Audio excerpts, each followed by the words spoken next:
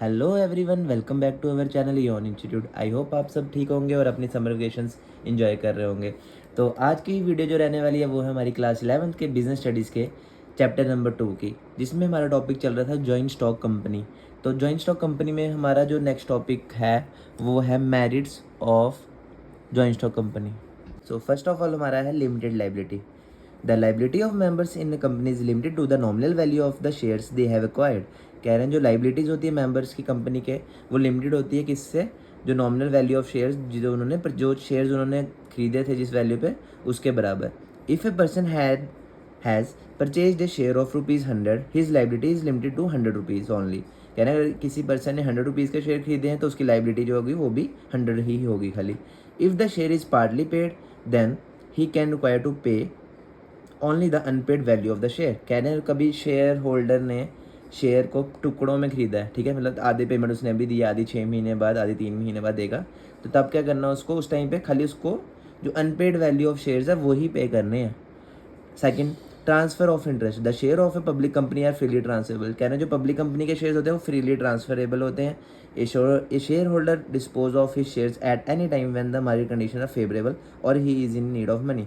कह रहे हैं जो शेयर होल्डर होता है कभी भी अपने शेयर्स को डिस्पोज ऑफ होता है, शेयर बेच सकता है या बंद कर सकता है अपने शेयर्स को, जब भी मार्केट कंडीशन है उसको लगता है कि सही है और या फिर उसको पैसों की ज़रूरत है। The company does not return share money before it's winding up. कह रहे हैं जो कंपनी होती है वो कभी भी रिटर्न नहीं करती शेयर मनी जब तक वो की बंद ना हो, but shareholder can easily sell their shares through stock exchange market. लेकिन जो शेयर होल्डर होते हैं वो अपने शेयर्स कभी भी सेल कर सकते हैं स्टॉक एक्सचेंज मार्केट्स के through.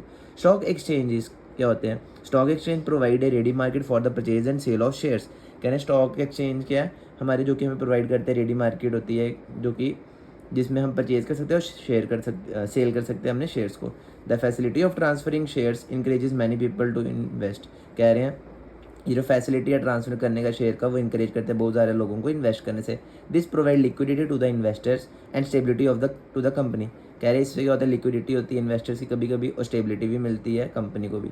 On the other hand, partnership form of organisation does not provide free transferability of shares. उसी में अगर आप हम बताएंगे पार्टनरशिप फॉर्म में क्या था, उसमें कभी भी आप ट्रांसफ़र नहीं कर सकते अपने शेयर्स को फ्रीली तरीके से, ठीक है। फिर उसके बाद जो हमारा थर्ड टॉपिक है, थर्ड है परपीचुअल एग्जिस्टेंस के। When A company is incorporated it becomes a separate legal entity. कह रहे जब कंपनी कोई भी बनती है तो वो क्या बन जाती है, एक सेपरेट लीगल एंटिटी होती है उसकी। It is an entity with perpetual succession, हमने लास्ट वीडियो में पढ़ लिया था। The member of a company may go on changing from time to time but that does not affect the continuity of the company. कह रहे हैं member जो होते हैं कंपनी के आते जाते रहेंगे टाइम टू टाइम, बट जो कंपनी जो है वो हमेशा चलती ही रहेगी। द डेथ और insolvency of members does not in any way affect the corporate existence of the company. कह रहे किसी की डेथ होती है या दिवाला निकल जाता है मेंबर का, किसी मतलब जिसको पैसे नहीं है पैसा पे करने के लिए आगे, तो उससे कभी कंपनी बंद नहीं होगी, ठीक है।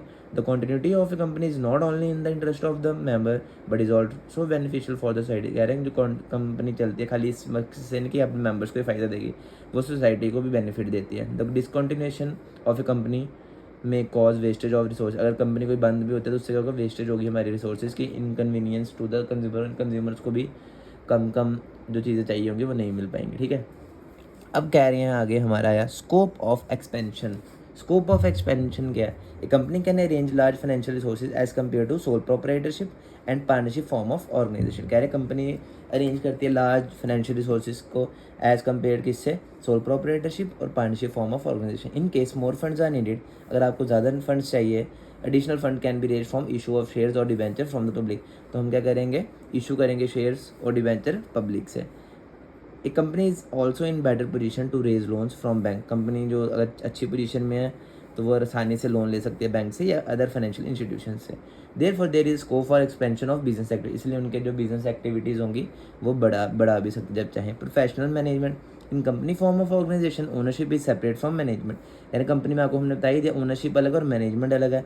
It enables the company to appoint expert and qualified person for managing various business functions. कह रहे हैं ये हेल्प करती है कंपनी की कि वो अपॉइंट करे एक्सपर्ट या क्वालिटी और एक क्वालिफाइड पर्सन ताकि मैनेज कर सके अपने बिजनेस के सारे फंक्शंस को। The availability of large scale resources helps enables का मतलब होता है हेल्प करता है कंपनी की कि वो अट्रैक्ट करे टैलेंटेड पर्सन को by offering them higher salary and better career opportunity. वो आप ज़्यादा सैलरी पे करेंगी और साथ ही साथ अच्छा कोई करियर अपॉर्चुनिटी आपको प्रोवाइड करेंगे, ठीक है। The efficient management will help the company to expand and diversify its activity. Company अगर एफिशिएंट मैनेजमेंट करेगी तो उस एक्सपेंड बढ़ा भी सकते हैं और फिलहाल अपना उनका बिजनेस एक्टिविटी ज़्यादा बढ़ भी सकती हैं। Large amount of capital. A company has the advantage of collecting a large amount of capital by issuing share to general public. कह रहे हैं कंपनी क्या करती है, उनके पास एडवांटेज है कि वो पैसा कैपिटल जो है ले से कलेक्ट कर सकते हैं by issuing shares to general public को शेयर इशू करेगी और उनसे पैसा ले लेगी। The value of share is small so large number of people can subscribe to the capital of the company. कह रहे हैं जान के इन्होंने क्या करना है, वैल्यू जो होती है शेयर की कम रखते हैं ताकि ज़्यादा से ज़्यादा लोग इसको खरीद सकें। The company can also raise fund by issuing debentures के थ्रू भी इशू कर सकते रेज कर सकती है अपने फंड्स और रेज कर सकती है लोन और फाइनेंशियल इंस्टीट्यूशंस ले लेके, ठीक है। तो इतना ही था हमारा लार्ज अमाउंट ऑफ कैपिटल और साथ ही में इसी के साथ आपकी लिमिटेशन एडवांटेजेस जो हैं वो ख़त्म हो गई हैं, ठीक है। अब आ गया आपका लिमिटेशंस क्या होती हैं। डिफ़िकल्टी इन फॉर्मेशन, जब ये बनती है इसको क्या डिफ़िकल्टी आती है। Promotion of a company is not an easy task. किसी कंपनी को बढ़ाना प्रमोशन करना उसकी आसान टास्क नहीं है। A number of stages are involve in company promotion. कह रहे हैं कंपनी को प्रमोशन करने के लिए आपको बड़े ज़्यादा स्टेजेस से जाना पड़ता है। The suitability of a particular type of business is to be decided. पहले आपको पता होना चाहिए कि आपने कौन से टाइप का बिजनेस करना है। फिर a large number of person should be ready to associate for the getting a company incorporated. फिर कंपनी चलाने के लिए कुछ पर्सन चाहिए। A lot of legal formalities are required to be performed at the time of registration. कह रहे registration के time पे भी आपको बहुत ज़्यादा फॉर्मेलिटीज़ चाहिए, वो होनी चाहिए। The share will have to be sold during the particular time. जब बंदा चाहे वो बेच सके, ये भी कुछ होना चाहिए आपके पास। कहते हैं ऐसा होना चाहिए आपके पास कि जब बंदा चाहे वो बेच सके। प्रमोशन ऑफ कंपनी इज बहुत एक्सपेंसिव एंड रिस्की। प्रमोशन करना महंगा भी है और रिस्की भी है। Lack of secrecy, the management of company remains in the hands of many people. कह रहे जो मैनेजमेंट है कंपनी की वो बहुत ज़्यादा लोगों के हाथों में। Everything is discuss in the meeting of board of directors. कह रहे हैं ये सब कहाँ डिस्कस किया रहता है, बोर्ड ऑफ डायरेक्टर्स की मीटिंग में। The trade secrets can not, कह रहे हैं the trade secrets can not be maintain. कह रहे हैं जो कम हमारे व्यापार के ट्रेड के जो सीक्रेट्स होते हैं कभी भी बनाए नहीं जाते। In case of sole trade and partnership concern such secrecy is possible because a few person are involve. उसमें क्या होता है कि कुछ लोग होते हैं तो हम उसको लिख भी सकते हैं प्रॉपर तरीके से, एक दूसरे को बता सकते हैं। इसमें नहीं बताएंगे हम कभी भी मेम्बर्स को या जनरल पब्लिक को कि हम क्या करने वाले हैं। Impersonal work environment, there is a separation of ownership and management. आपने पता ही है it leads to situation where there is a lack of person involvement on the part of companies officers. कह रहे हैं कंपनीज ऑफिसर के involvement जो होती है वो कम ही होती है। इसमें ऐसी सिचुएशन बन जाती है। साइज ऑफ कंपनीज, कंपनी तो बड़ी होती है, it make it difficult for top management to keep personal contact with customer. इसलिए जो टॉप मैनेजमेंट होती है कस्टमर से कभी डील नहीं कर सकती, ना ही सप्लायर से, ना एम्प्लॉई से और क्रेडिटर से भी। न्यूमरस रेगुलेशंस के इसमें a large number of rules and regulation are framed for the working of the company. क्या कंपनी चलाने के लिए आपको बड़े ज़्यादा रूल वगैरह फॉलो करने पड़ेंगे। The company will have to follow rules even for the internal working. अगर आपने कंपनी के अंदर भी काम करना उसमें भी बड़े रूल्स हैं। The government tries to regulate the working of the companies because last के पब्लिक मनी इज इन्वॉल्व।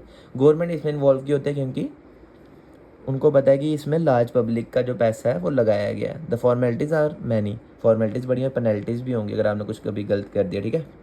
बस इसको इतने रखिएगा। कह रहे हैं delay in decision making in company form of organisation no single individual can make a policy decision. इसमें क्या है कि कोई एक सिंगल पर्सन डिसीजन लेता। All important decision are taken either by board of director or are refer to general house. या तो वो जनरल हाउस को रेफर किए जाएंगे या तो वो बोर्ड ऑफ डायरेक्टर उसके डिसीजन लेंगे। Decision taking process is time consume. Decision लेना आपको बताइए टाइम लगता है, थोड़ा सोच समझ के लेना पड़ता है। If some business opportunity rises, कोई बिजनेस अपॉर्चुनिटी आपको आती है और क्विक डिसीजन आपको लेना है, it will not be possible to arrange meeting all of sudden. तो आपके लिए पॉसिबल नहीं है कि आपको मीटिंग बुलानी पड़े। सो मैनी अपॉर्चुनिटी में lost because of delay in decision में। इसलिए बहुत सारी अपॉर्चुनिटीज़ जो होती हैं वो ख़त्म, आपसे दूर हो जाती हैं क्योंकि आप डिसीजन मेकिंग में थोड़ा टाइम लगाते हो। ओलिगार्चिक मैनेजमेंट क्या होता है।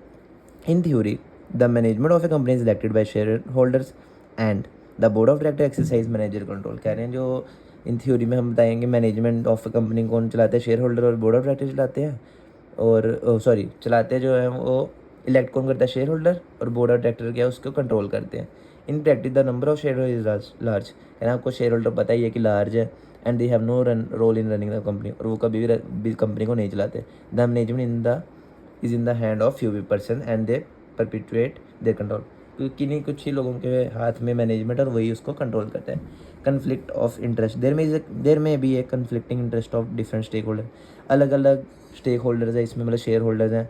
द शेयर होल्डर में भी interest in getting higher dividend, वो चाहते हैं कि हमें हाइयर डिविडेंड मिले।